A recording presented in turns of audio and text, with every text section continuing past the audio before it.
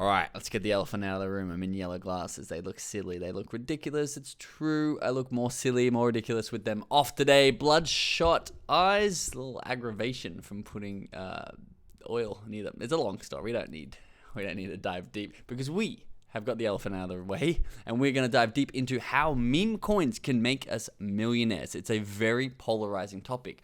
On one hand, you've got the haters. It's all vaporware. It's all going to zero. It's the NFT craze.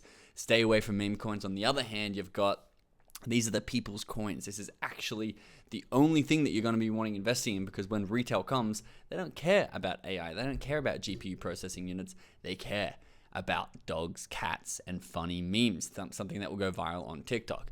Mark Cuban, in this interview, basically said, the billionaire Mark Cuban, should I say, every meme coin is a rug pull in the works, and there's no real reason for it to stick around other than the fun of it. Agree or disagree? There was also another tweet, I think it was from the Wait But Why guy, the Tim Urban, but I cannot find it, talking about imagine investing, I'm just going to recreate it for you. Imagine putting your hard-earned money in something like this meme coin here, where it's just a cartoon picture of a dog and a game of hot potato until the bottom falls out and everyone loses money except for the founders.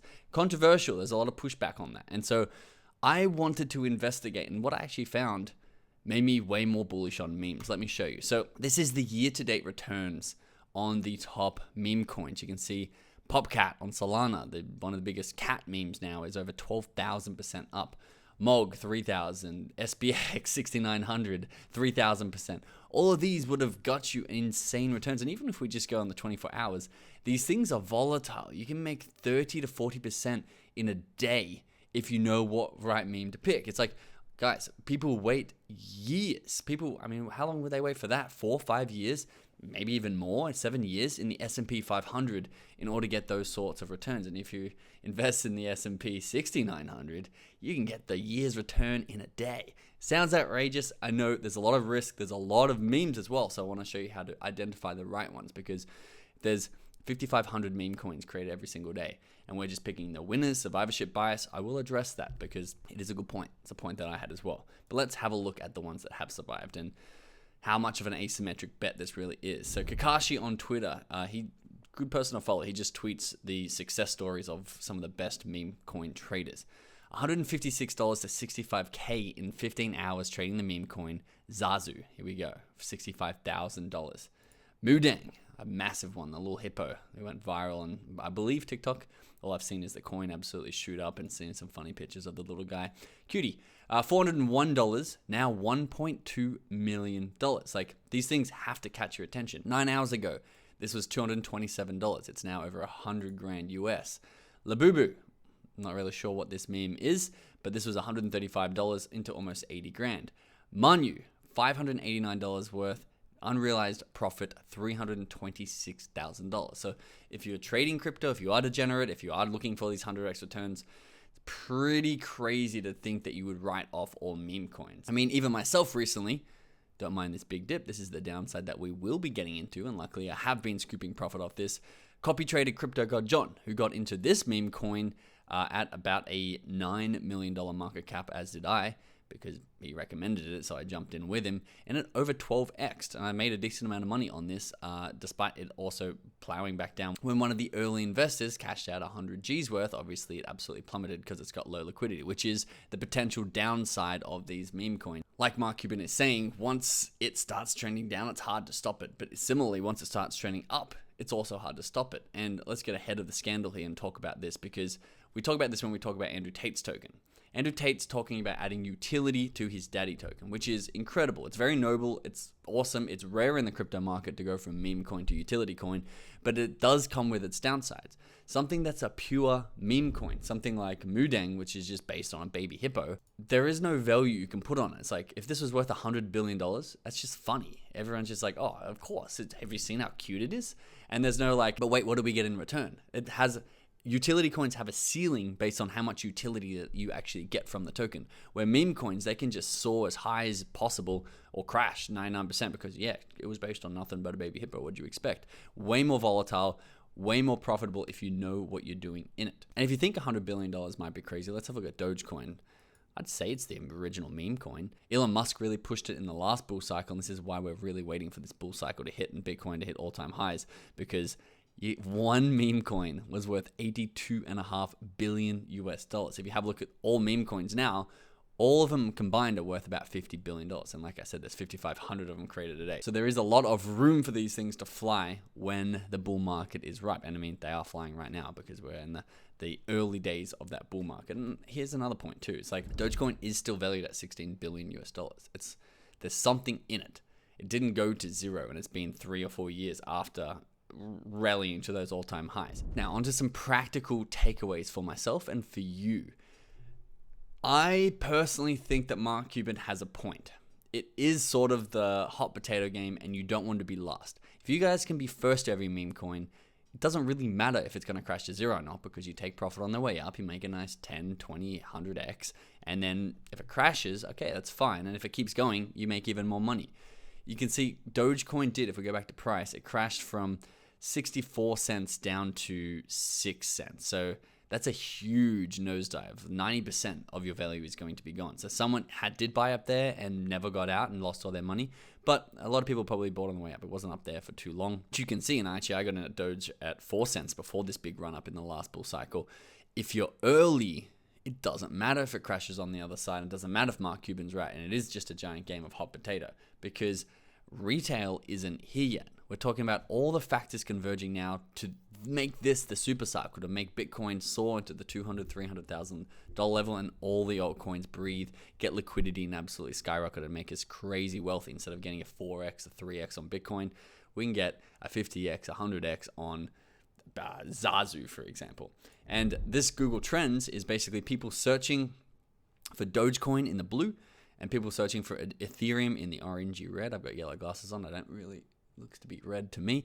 Know what color that was. You can see at the moment the demand for both Dogecoin and Ethereum is really at all-time lows, 3 and 4% of their all-time high search volume. And who's searching for these things on Google? It's retail. The other thing to note from this graph, which is actually very intriguing because it wasn't the point of this graph, is how many more people searched for Dogecoin than they did Ethereum. Retail doesn't care about utility. They don't care about GPU processing units. They don't care about any of the vaporware that pretends not to be a meme coin in disguise. They care about the cute dogs, the cute hippos. That's the stuff that gets them in. And they're the people that we're really wanting to sell our bags to at the all-time high price before a lot of the bottom falls out. I want to show you this guy here. His name's Murad. I'd recommend coming in and following him. I don't know. I'm pretty sure I pushed follow. Maybe I haven't refreshed the page since.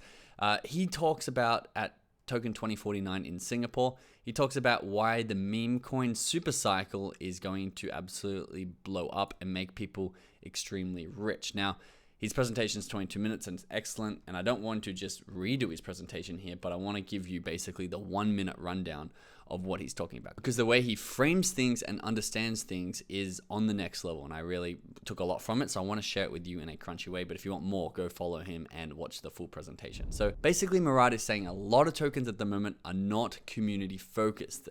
Last time things were launching, like Solana was launching into the low $1 million market caps. Now if Solana was to launch, it would be launching at a $10-20 billion market cap. The founders, the VCs, the angels, the market makers, the Twitter KOLs, YouTubers. I mean, we get offers all the time to be early into these crypto tokens, and we're not even that big. But by the time it gets to crypto traders and retail exit liquidity, most people aren't making money. This is a graph that he had here, where basically pre-seed and seed, even if you're down 90% from all-time high when the token unlocks occur, the pre-seed and seed are still up 100x. And it doesn't matter to them that it's just going to be a sideways and down graph. And this is a way a lot of utility tokens are actually being launched. And meme coins are basically the resistance towards this, the people's token, which we'll get into.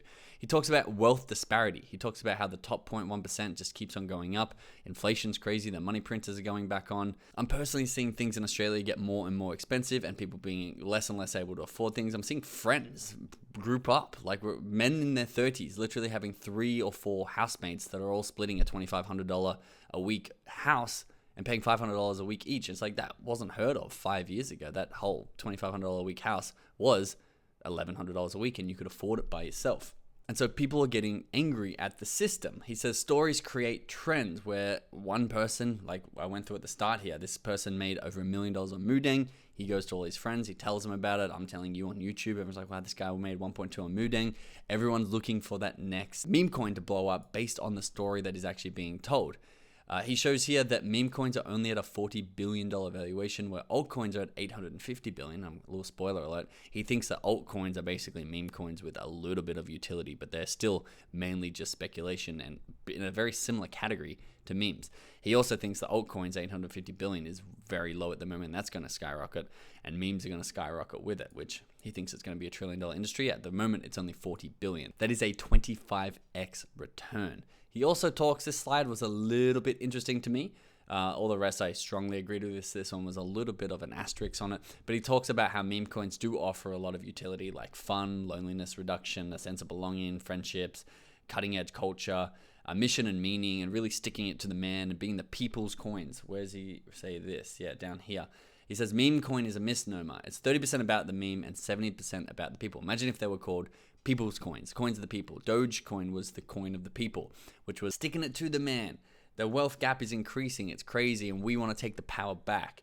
Everyone who's launching tokens, don't let the people actually make money. Or once again, the big wigs in the suits, they're the ones making all the money, or the ones with the network and contacts, but where are the people making money? He's saying that the meme coins are the raw, unfiltered, fully diluted valuations that come on the market at 100K market cap, and people can literally become millionaires overnight because it's launched for the people, by the people. This is what I was hinting at earlier, where he basically talks about altcoins mainly being all speculation. We talk about OXO. Crypto God John is a massive fan of OXO, but I've got a friend in the tech world who's skeptical that OXO is really built well at all. And he's just like, wait, I feel like I could copy this business very quickly. It doesn't actually take that much coding.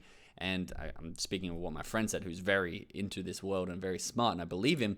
But I'm still invested in OXO because I know the speculation and the copy trading and the influence that someone like Crypto God John has is probably going to pump this into the billions of dollars, where it's only at about $150 million at the moment. So this guy, Murad, is saying that utility coins aren't that different to memes. This was a fascinating slide, this one made me think. This was almost the whole point that I made this video.